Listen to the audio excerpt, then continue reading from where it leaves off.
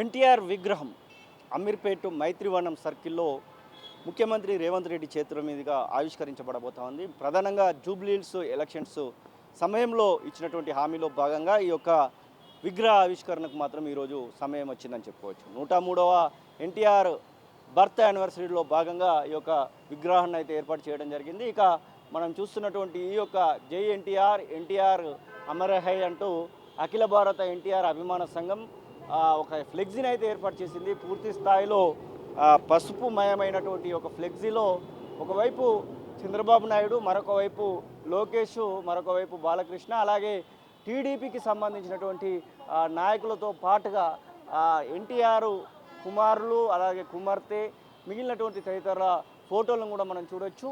మరొక వైపు మాత్రము క్లియర్గా తెలంగాణ రాష్ట్ర ముఖ్యమంత్రి రేవంత్ రెడ్డి, అలాగే జూబ్లీహిల్స్ ఎమ్మెల్యే అయినటువంటి నవీన్ యాదవ్ ఫోటోలు మాత్రం ఇక్కడ ఒక ప్రముఖంగా కనబడుతున్నటువంటి దృశ్యాన్ని అయితే మనం చూస్తూ ఉన్నాం. ఇక ఈ యొక్క ఫ్లెక్సీలు దాదాపుగా ఇటువైపుగా మొత్తాన్ని కూడా ఏర్పాటు అయితే చేయడం జరిగింది.